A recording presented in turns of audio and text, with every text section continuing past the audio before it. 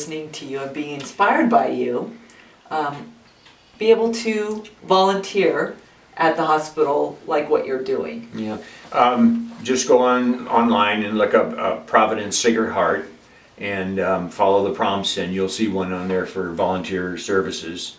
Click on that, and then it'll put you in touch with the office personnel for that. Procedure is you would have to come in and do an interview with them. They do a pretty extensive background check. Yeah. And they determine what your interests are, what you would like to do, and so forth. And they're very good about fitting you to what your interests are.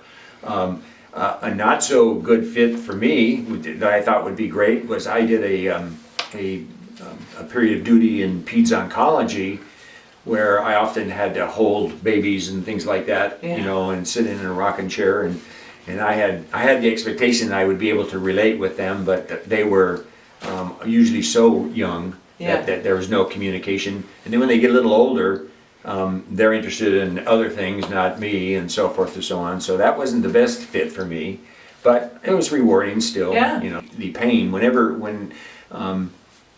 because of HIPAA rules and everything, there's lots that we can't do and we don't know, but I have to know enough when I'm walking the patient back to know whether or not I should ask them to put a gown on or not put a gown on, and so forth and so on.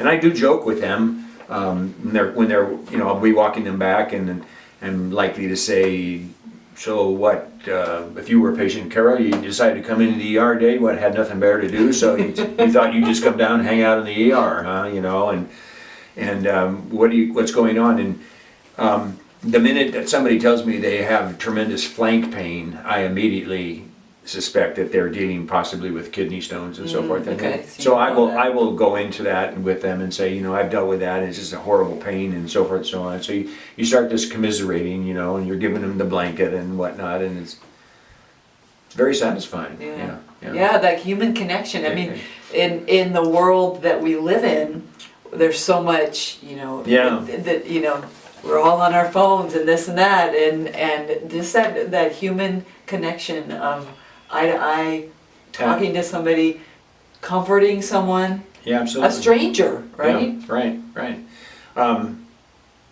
One of the other functions I've performed, I was what was called a wayfinder, and my job was to just float around the campus, and for those of you who are familiar with Providence Sacred Heart, that is a huge facility, and people, including staff, are lost in there all the time. I often joke about the fact that we have vending machines in the hallways to save lives, people from starving to death because they can't figure out how to get out of the hospital. So you meet somebody in the hospital, particularly if they are non-English speaking. Oh, yes. And boy, they are so grateful, because here's someone who's in sad condition to begin with, pain, worried about a loved one, and now they're lost and they can't speak language and so forth. So I do my best to communicate with them and will get them where they need to go.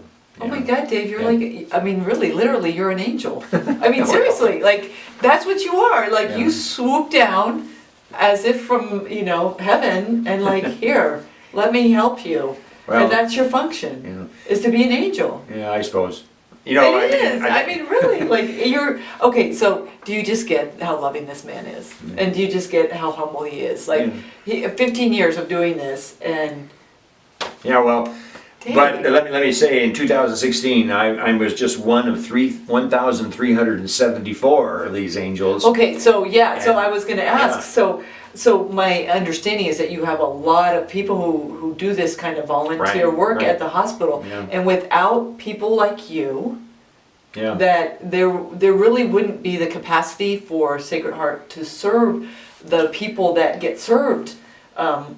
Services, medical services for people who can't afford it and who would be underserved or not served at all if it weren't for people like you.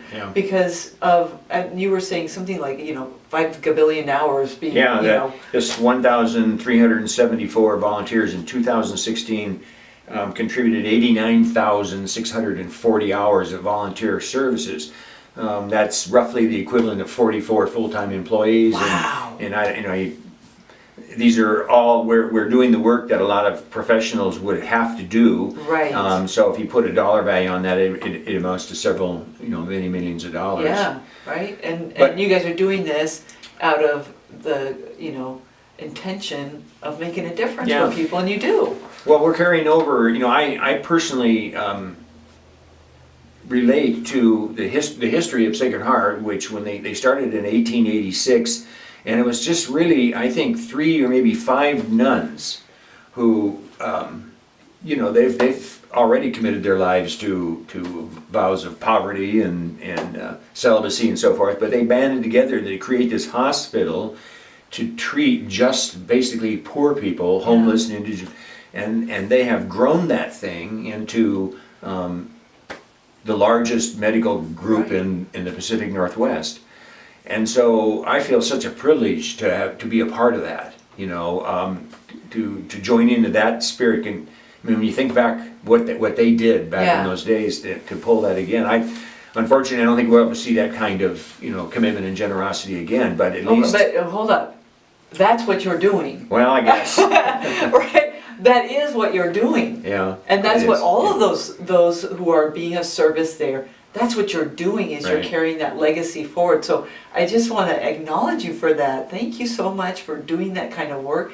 And it's like, it really takes something to, a lot of people talk a good game, like, oh, I should, or I ought to, and there you are out on the court with people, day in, day out. I mean, you do a lot of volunteer. How you have several days a week, don't you? That Yeah, you do I'm there twice a week for half the day. Yeah, Yeah. that's a lot. Yeah. And there's a lot of people like you.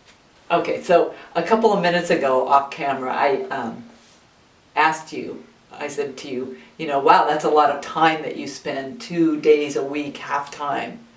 And you said you've done it even more than that before. And Right. then you said something else. So would you please tell us? Well, what I said was I can't miss it. I enjoy it so much. It's such a meaningful thing, and it's extremely rewarding.